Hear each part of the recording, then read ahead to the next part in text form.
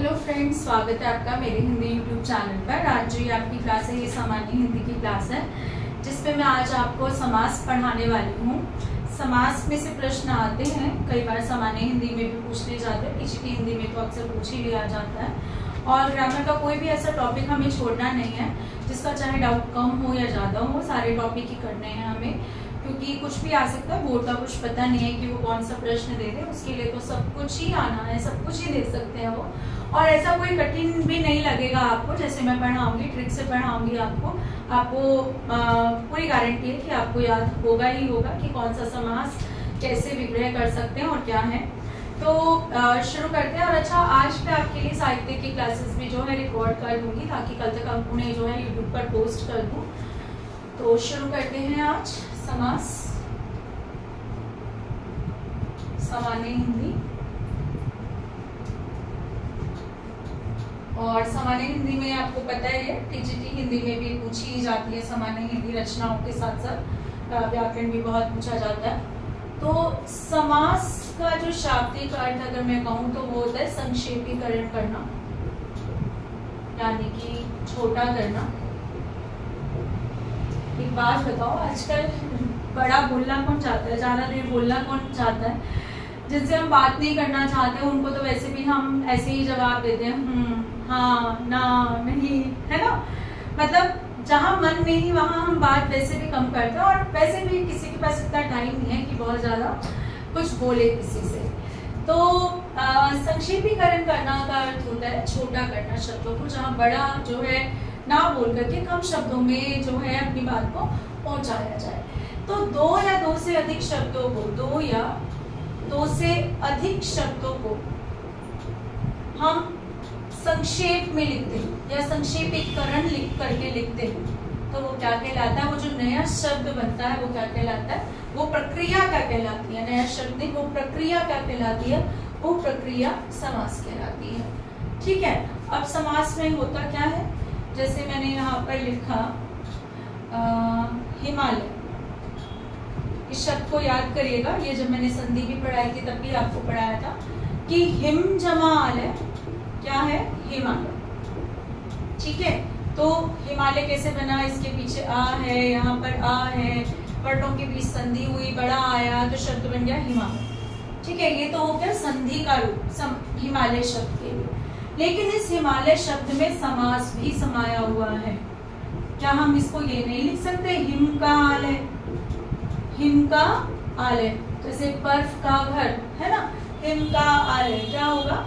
क्या नाम है वो? हिमालय। क्या नाम है वो? हिमालय। यानी कि ये जो का था इसको हमने कहीं लोप कर दिया, इसको कहीं हटा दिया, तो क्या बन गया? हिमालय। क्या बन गया? हिमालय। यानी कि ये हमारे ऊपर निर्भर है। हम संधि देखें हिमालय शब्द में तो हमें संधि युक्त शब्द भी मिल जाएंगे जिसमें हिम और आलय में संधि हुई है। लेकिन समास की दृष्टि से देखें इसी शब्द को तो हम इसको इस तरीके से भी लिख सकते हैं, हिम का आलय। अब यहाँ पर जो देखिए सार्थक शब्द ये तीनों है।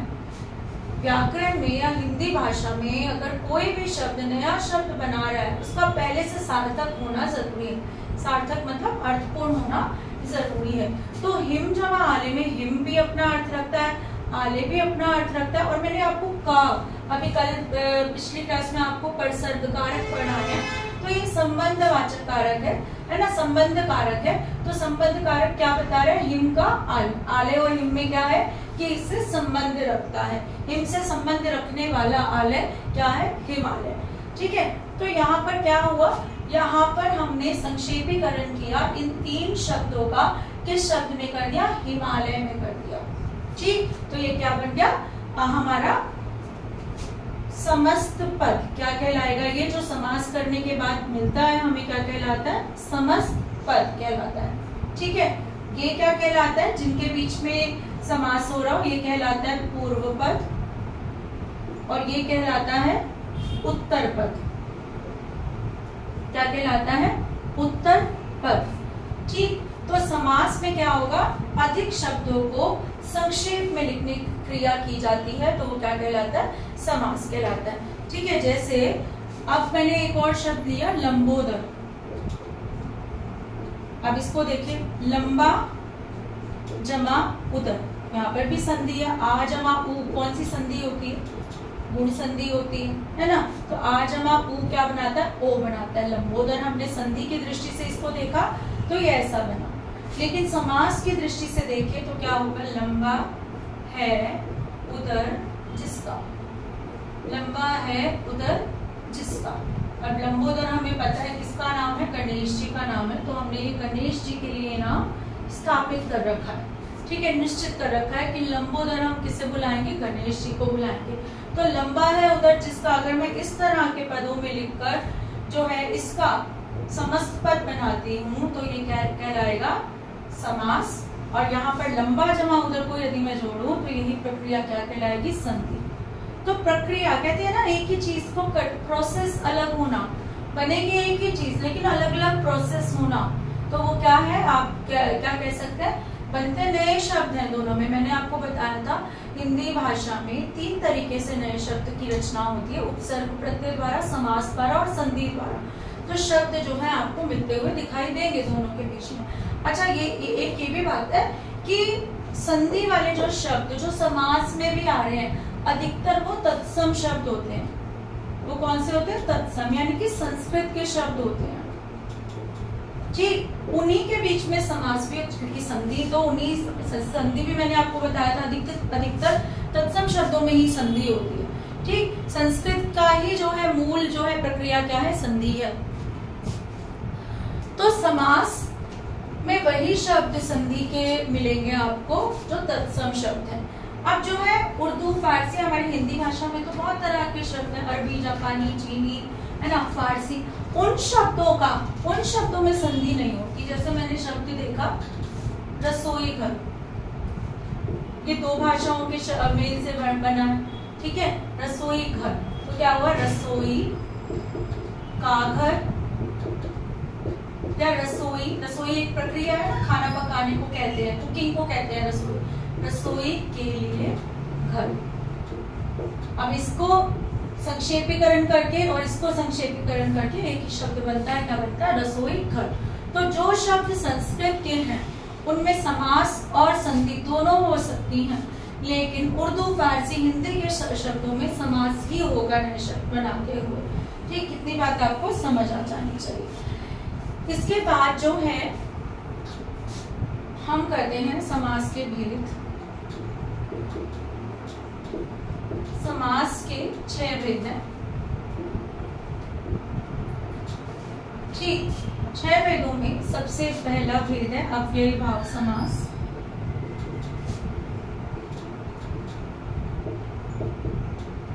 दूसरा तत्पुरुष समास।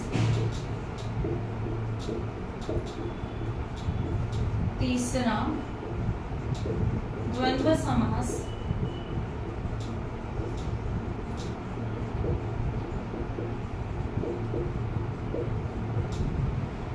चौथा द्विगु समास।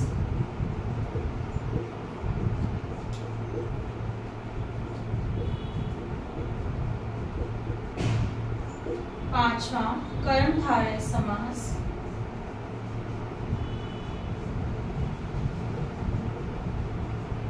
छठा बहुव्रीहि समास।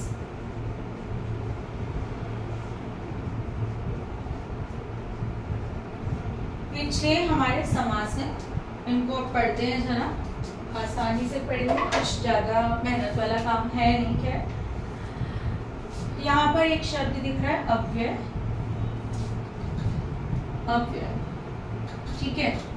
अव्यय को हम क्या बोलते हैं? अविकारी शब्द। अविकारी शब्द। आप ध्यान दें कि कल जो लास्ट क्लास थी यूट्यूब पर, जिसमें जो है संज्ञा के विकारक तत्व करके मैंने हेडिंग लिखी थी, लिंग वचन कारक की। विकारक यानी कि परिवर्तन, और अविकारी मतलब क्या होगा? चलो समझ लेते हैं इसको एक बार। अविकारी शब्द बोले या अव्यय बोले, ये आपको अभी आगे भी काम आएगा, ठीक है, जब मैं क्रिया विशेषण पढ़ाऊंगी। और क्रिया विशेषण बहुत बार पूछा जाता है एग्जाम में, बहुत ही बार। ठीक है, ये है अविकारी शब्द जिनको हम अव्यय भी कहते हैं और इसके नाम में भी क्या है, देखो अव्यय लिखा हुआ है। अब पहले इसे समझना जरूरी है। अव्यय या अविकारी शब्द वो शब्द होते हैं जिन पर लिंग वचन कारक का कोई प्रभाव नहीं पड़ता। फिर से पिछली क्लास की एक बार बात करूंगी कि पिछली बार मैंने आपको एक उदाहरण लिखा था, लड़का बोल रहा है, मैंने बोला लिंग बदलो तो मैंने आपने लिखा कि लड़की बोल रही है, वचन बदलो तो लड़के बोल रहे हैं और लड़कियां बोल रही हैं। ठीक है, अब यहाँ पर मैं एक शब्द एक वाक्य लिखती हूँ, वही उसी से मिलता जुलता वाक्य। लड़का धीरे धीरे बोल रहा है। ठीक है, लड़की धीरे धीरे बोल रही है। वचन बदलती हूँ, लड़के दिखाई नहीं दे रहा होगा, लड़के धीरे धीरे बोल रहे हैं। ठीक है, या फिर लड़कियां धीरे धीरे बोल रही हैं।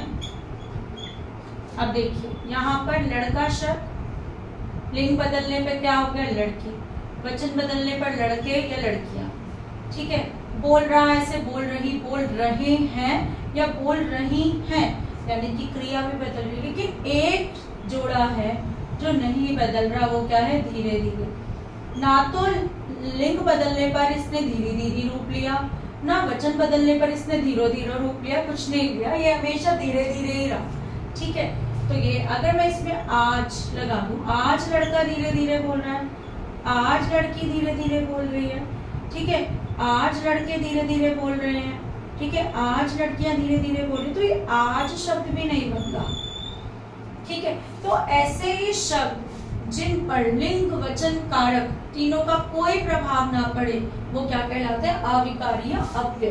अविकारी या अव्यय, इसकी पूरी क्लास होगी आपकी, बट अभी अव्यय भाव समास समझने के लिए थोड़ा सा मैंने आपको समझा दिया। अव्यय यानी कि जिन पर लिंग वचन का कोई प्रभाव नहीं पड़ता।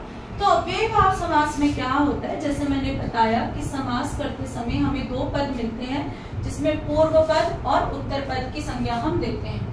तो जिस समास का पूर्व पद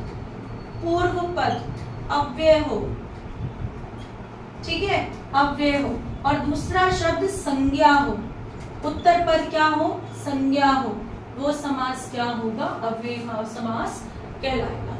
कैसे, उदाहरण देखते हैं इसके अव्यय भाव समास के।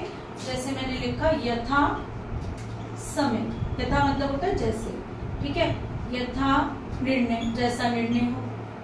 ठीक है, यथा स्थान, मैंने बोला जैसा स्थान हो।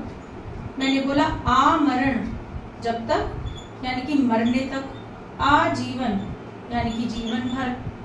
मैंने बोला बेरुखा, जो रुखा हो, ठीक है, जिसमें रुकावट ना हो। इसके बाद बेकार, ठीक है, बे भी क्या है, एक अव्यय कहलाता है। इसके एक बार उदाहरण देख लेते हैं और ताकि जो है आपको समझ आ जाए। हाँ, भर पेट, पेट भरकर, रात भर या रातों रात, दिनों दिन। ठीक, ऐसे शब्द गली गली, प्रतिवर्ष, हर साल, हर एक, ठीक है, हर प्रति इत्यादि, ये सब इनमें पहला पद जो है ये क्या है, अव्यय है। ठीक है, तो ये क्या है, गली गली, इसमें मतलब हर गली, गली गली को लिखा, हर गली, हर जो है वो क्या है, अव्यय है। ठीक है, बेरुखा, बेकार, भरपेट, रातों रात, दिनों दिन इत्यादि क्या होंगे, ये हमारे अव्यय भाव समास कहलाएंगे। ठीक, तो अव्यय भाव समास में पहला पद हमेशा क्या होगा, आपका अव्यय होगा। बस इतना सा हमें समझना है। और दूसरा पद जो है वो हमेशा क्या होगा, वो संज्ञा होगा। ये बात जिसको समझ आ जाएगी उसके लिए क्या होगा, ये जो है आसान होगा। जैसे और शब्द देखें, जैसे प्रतिवर्ष है ना, यहाँ पर सामने दिख रहा है, प्रति दिख रहा है, लेकिन प्रत्यक्ष शब्द अगर देखें तो इसमें प्रति हमें स्पष्ट नहीं दिखाई दे रहा, लेकिन यहाँ संधि युक्त शब्द है, यण संधि है, तो प्रत्यक्ष बनता है। तो है यहाँ पर अव्ययीभावी समास, क्योंकि प्रति क्या है, अव्यय है। प्रति, हर इत्यादि क्या है, ये प्रत्यय है। तो ये हमें ध्यान रखना है कि प्रति जहाँ पर लग रहा हो वहां पर कौन सा समास होगा, अव्ययीभाव। यथा लग रहा हो, बे लग रहा हो, भर, रातों रात, यानी कि रात ही रात में, हर गली यानी कि गली गली, ये सब क्या होंगे, दिनों दिन यानी हर दिन, ठीक है, दिन दिन मतलब हर दिन ही हो गया, दिनों दिन का अर्थ है। तो यहाँ पर क्या होगा, अव्ययीभाव समास होगा। इसके बाद जो अगला है हमारा तत्पुरुष समास। अधिकतर तत्पुरुष समास के आगे भेद भी दिए जाते हैं, जिसकी वैसे जरूरत नहीं है। आजकल बोर्ड वगैरह में भी 10th के आज इतना नहीं पूछा जाता है। कारक जो मैंने पिछली क्लास में पढ़ाए थे उन्हीं से संबंधित, जैसे करण तत्पुरुष हो गया, करण तत्पुरुष हो गया, संबंध तत्पुरुष हो गया, अधिकरण तत्पुरुष हो गया, ऐसे नाम दिए जाते हैं। लेकिन हम सिर्फ तत्पुरुष पे बुलाएंगे तो भी ठीक है।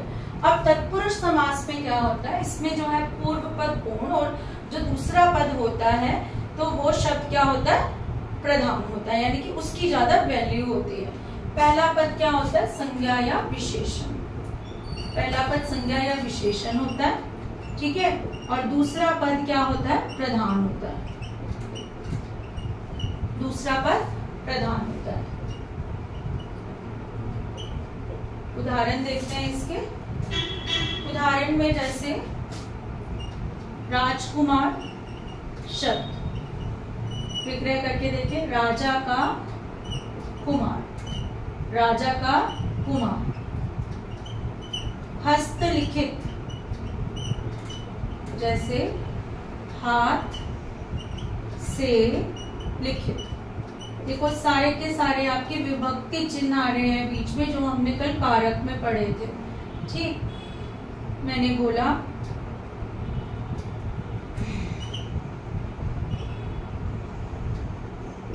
रसोई घर, पहले भी कराया था, रसोई का घर, रसोई का घर, या फिर रसोई के लिए घर, दोनों ठीक है इसमें। ठीक, इसके बाद जैसे उदाहरण देखते हैं, स्वर्ग प्राप्त, स्वर्ग को प्राप्त, विभक्ति चिन्ह देखो को आ रहा है, स्वर्ग को प्राप्त, ठीक है। इसके बाद जो है ग्रामगत, ग्राम को गत, यानी कि गांव की तरफ को गया हुआ, वो क्या कहलाएगा, ग्रामगत। घुड़सवारी क्या होगा, घोड़े की सवारी। गिरहकट, ये बहुत बार पूछा जाता है, गिरहकट, गिरह को काटने वाले, गिरह को काटने वाले, ठीक है। मैं थोड़ा रफ कर देती हूँ ताकि जगह बच जाए उदाहरण लिखने की।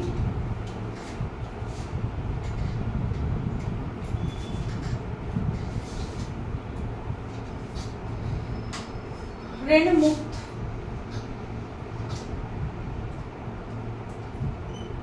ऋण, ऋण का अर्थ क्या होता है, उधार, है ना, ऋण मुक्त। तो क्या होगा इसमें, ऋण से मुक्त, ऋण से मुक्त। आप क्या देख रहे हो, आपको कैसे पता चलेगा कि तत्पुरुष समास है, जब आप इनको तोड़ोगे, यानी कि इनका विग्रह करोगे। समास बनाने के बाद जो उसको दोबारा से विभक्ति चिन्हों के साथ लाने की प्रक्रिया क्या कहलाती है, समास विग्रह, ठीक है। जब आप इन शब्दों का विग्रह करोगे तो आपको कारक चिन्ह दिखाई देंगे। अभी पिछली कक्षा में ही पढ़े हैं हमने कारक चिन्ह, कौन कौन से कारक चिन्ह होते हैं, जैसे कर्ता कारक नहीं होगा, बस ने नहीं होगा, ठीक है, का, से, का, के, की, ठीक है, या फिर जो है पर, में, ये आपको दिखाई देंगे, को दिखाई देगा, के लिए दिखाई देगा। यानी कि विग्रह करते हुए आपको ये वाले परसर्ग या विभक्ति चिन्ह जब दिखाई देंगे तो आपको पता चल जाना चाहिए वो कौन सा समास है, वो तत्पुरुष समास है, ठीक है। जैसे विद्यालय, इसको हम दो तरीके से तोड़ सकते हैं, दोनों ही तरीके से, ठीक है। मैं इसको विद्यालय भी बोल सकती हूँ और विद्या के लिए आलय भी बोल सकती हूँ कि विद्या प्राप्त करने के लिए कोई जो घर बनाया गया हो वो क्या होगा, विद्यालय होगा। ठीक, तो ये हमारा क्या होता है, तत्पुरुष समास होता है। व्यय मुक्त, व्यय से मुक्त, पंचक्की, ठीक है, जैसे पानी से चलने वाली चक्की, राम कहानी, राम की कहानी, राज दरबार, राजा का दरबार, नरेश, नरों में जो ईश है, सॉरी नर, नर का ईश, ठीक है, नर के समान ईश नहीं होगा, नर का ईश होगा। पराग, इसके बाद जो है विद्याभ्यास, विद्या का अभ्यास, विद्या का अभ्यास क्या होगा, तत्पुरुष समास। तो ऐसे करके जिनमें विग्रह करते समय आपकी विभक्तियां आए वो कौन सा समास होगा, वो तत्पुरुष समास कहलाएगा। ठीक है। देवालय यानी कि मंदिर, जैसे देवताओं का आलय या देवों के लिए आलय। रण, रण निमंत्रण, रण के लिए निमंत्रण या रण का निमंत्रण। कट खोदवा यानी कि लकड़ी को खोदने वाला, है ना, लकड़ी को खोदने वाला वो कौन होगा, कट खोदवा। मुंह तोड़, मुंह को तोड़ने वाला क्या कहलाएगा, मुंह तोड़। ठीक, तो ये कौन सा समास है हमारा, तत्पुरुष समास है। अब जो आ जाते हैं द्वंद्व समास में, यहाँ पर आप देखो द्वंद्व समास में क्या दिख रहा है आपको, कभी आपने सुना था इसे महाभारत में, भीम और दुर्योधन के बीच द्वंद्व युद्ध हुआ था, द्वंद्व युद्ध, ठीक है, उससे याद करो जरा। द्वंद्व युद्ध किसमें होगा, टक्कर वालों में होगा, टक्कर वालों में होगा ही नहीं। आपने वो कविता भी पढ़ी होगी रामधारी सिंह दिनकर की, शक्ति और क्षमा, क्षमा शोभती उस भुजंग को जिसमें विष हो या गरण हो। ठीक है, तो टक्कर वालों के बीच युद्ध अच्छा लगता है, जो दो लोग एक जैसे समान ताकतवर हो। तो द्वंद्व, द्वंद्व है ना, युद्ध से समझ आना टक्कर की बात हो रही है, ठीक, कि टक्कर की बात हो रही है, दोनों लोग जो है परफेक्ट है। अब जो है इसमें समास में क्या होता है, इसमें दोनों पद प्रधान होते हैं, दोनों पदों का महत्व होता है। किसमें, द्वंद्व समास में दोनों ही तो प्रधान होंगे, टक्कर के होंगे, तभी तो युद्ध कर पाएंगे। कौन सा, द्वंद्व युद्ध कर पाएंगे। कैसे, राजा रानी, कम है क्या, राजा क्या कोई ऐसी वैसी रानी को चुन लेगा क्या, नहीं ना, राजा हमेशा अच्छी अपनी टक्कर की रानी को चुनेगा। ठीक है। माता पिता, मम्मी पापा कम होते क्या एक दूसरे से, मम्मी पापा से तो मम्मी सवा से होती ही है। ठीक है। रात दिन, रात का भी अपना महत्व है, दिन का भी अपना महत्व है नहीं। इसके बाद जो है दिन रात हो गया हमारा। हम जो है मार पीट, मार और पीट दोनों ही जो है अपने आप में जो है महत्वपूर्ण है। चमक दमक, दिया बाती, दोनों का महत्व, दिए का भी और बाती का भी महत्व है। तो जितने भी ऐसे शब्द हो, बेटा बेटी, पुत्र पुत्री, ठीक है, जो टक्कर के हों वो क्या होंगे, द्वंद्व समास होंगे। इनका विग्रह क्या होगा, इनका विग्रह लगाते समय और या आएगा। ठीक है। राजा या रानी, राजा और रानी। माता या पिता, माता और पिता। रात और दिन, रात या दिन। चमक या दमक या चमक और दमक। मार पीट, मार और पीट। दिया बाती, दिया और बाती। बेटा बेटी, बेटा या बेटी, बेटा और बेटी। ठीक, तो ये सब जो है ऐसे शब्द जिनमें दोनों पद प्रधान हो, क्या कहलाते हैं हमारे, द्वंद्व समास। वैसे द्वंद्व का शाब्दिक अर्थ यहाँ पर ये नहीं है युद्ध, ये तो मैंने आपको ट्रिक के लिए बता दिया। संस्कृत में इसकी जो है धातु रूप अलग है, जो याद करने वाले अभी जरूरत नहीं है, बस आप इतना याद करिए परीक्षा की दृष्टि से, द्वंद्व को टक्कर के अनुसार। अगला आ जाते हैं द्विगु। द्विगु में दिक् धातु है, इसको भी मैं सिर्फ ट्रिक से आपको याद करा रही हूँ। ये जो है याद रखिएगा, द्विगु, द्वि, द्वि क्या होता है, दो संख्या से। हम कई बार कहते हैं ना द्वि द्वौ संस्कृत में, तो द्वि जो है एक संख्या से, इसको याद करें। ठीक, किससे याद करें, संख्या से, कि द्वि तो एक संख्या है। अब जिस समास में पहला पद क्या हो, संख्यावाची हो। कैसे याद करना है हमें संख्यावाची शब्द, क्या याद रखेंगे, द्वि से। ठीक है, ऐसे लिख रही हूँ, ये मानक वर्तनी है, पर ऐसे आपको याद कराने के लिए लिखा जा रहा है द्वि। ठीक है, तो संख्यावाची हो, दूसरा पद जो है संज्ञा हो, तो वो कौन सा समास होगा, वो द्विगु समास होगा। कैसे, इसमें जब विग्रह करते हैं तो समूह या समाहार लगाया जाता है साथ में। छोटी मतलब कम गणना के लिए समूह, अधिक गणना के लिए, ज्यादा लंबी गणना हो तो समाहार का प्रयोग करते हैं। ठीक है, ये भी बच्चों को कंफ्यूजन होती है कि कहीं तो समूह लिखा हुआ है, कहीं समाहार लिखा हुआ है, क्यों लिखा हुआ है, तो दोनों में ये अंतर है। अब देखते हैं कैसे। मैंने बोला त्रिकोण, पहला शब्द क्या है, त्रि। त्रि एक संख्या है, तीन। तीन कोणों का क्या है, कम है ना गणना, तीन कोणों का समूह। चौराहा, चार राहों का समूह। सतसई, बिहारी सतसई है ना, 700 दोहों का क्या होगा, समूह या समाहार। यहाँ पर संख्या बड़ी है तो हम यहाँ पर क्या लिख सकते हैं, समाहार। क्या लिख सकते हैं, समाहार। ऐसे त्रि वाले जो बहुत सारे शब्द होंगे, जैसे दोपहर,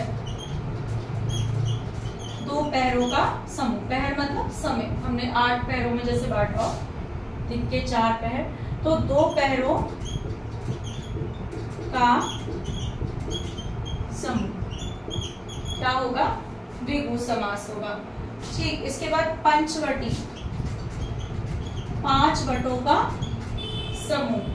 इसके बाद नवरत्न, 9 रत्नों का समूह। 4 दीवारी, 4 दीवारों का समूह। ठीक, पंचपात्र, 5 या 5 पात्रों का समूह, पंचपात्र। तो ये हमारा कौन सा समास होगा, द्विगु समास होगा। इसके बाद आ जाते हैं हम कर्मधारय समास पर। होप कि आपको ये अब आ गया होगा, ऐसा बहुत कठिन नहीं है। कर्मधारय समास,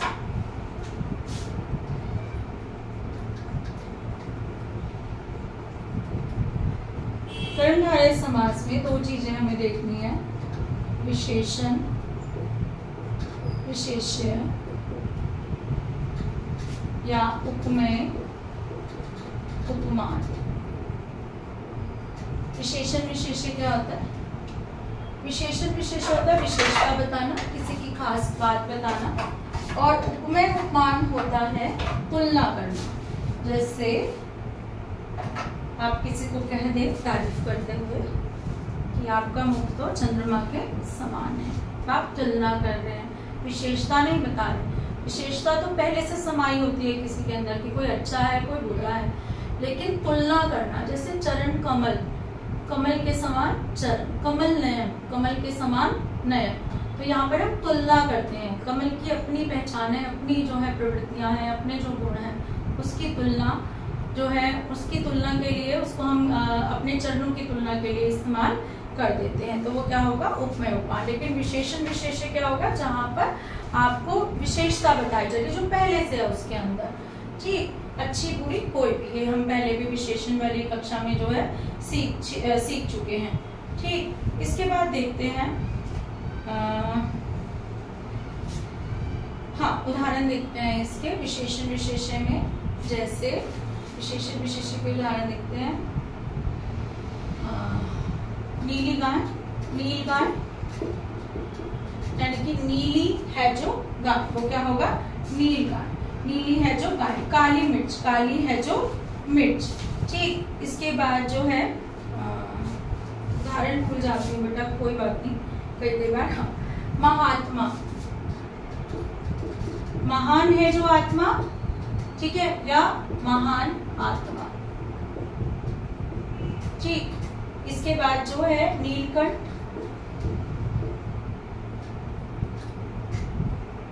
नीलकंठ नीला है जो कंठ, इसमें कैसे होगा विग्रह, है जो लगा करके, ठीक है, नीला है जो कंठ या के समान लगा करके, क्या होगा, के समान लगा करके, ओप में उपमान में आएगा अधिकतर, ठीक है।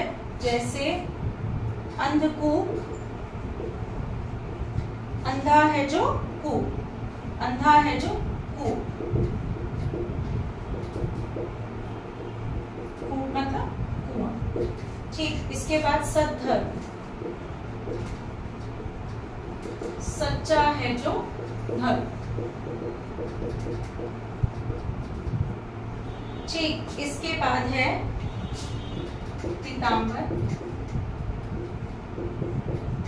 पीला है जो अम्बर।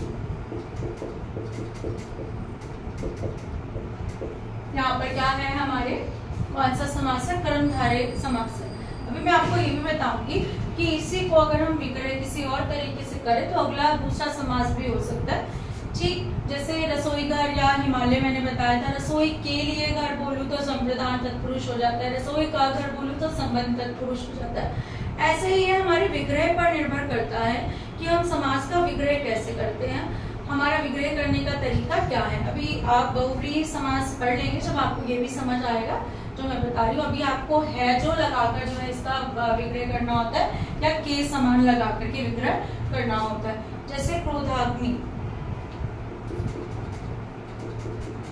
अग्नि के समान क्रोध, अग्नि के समान क्रोध। कुसुम कोमल, क्या होगा, कुसुम का क्या अर्थ होता है, फूल, तो कुसुम के समान कोमल। कमल नयन, पहले ही बता चुकी हूँ, कमल के समान नयन, कमल के समान नयन। उपमेय उपमान में जो होगा वहां पर के समान आएगा और विशेषण विशेष्य का जो जोड़ा होगा वहां पर है जो लगा करके विग्रह किया जाता है, ठीक है। विद्याधन, इसे हम विद्या रूपी धन भी कह सकते हैं, वो भी कर्मधार है क्योंकि कर्म धारण किया है। इसके बाद विद्या, धन के समान विद्या, धन के समान विद्या, क्या होगा हमारा कर्मधारय समास, ठीक है। यानी कि कोई चीज खुद अपने कर्म को भूलकर दूसरे का कर्म धारण कर ले तो कौन सा समास होगा, कर्मधारय समास होगा।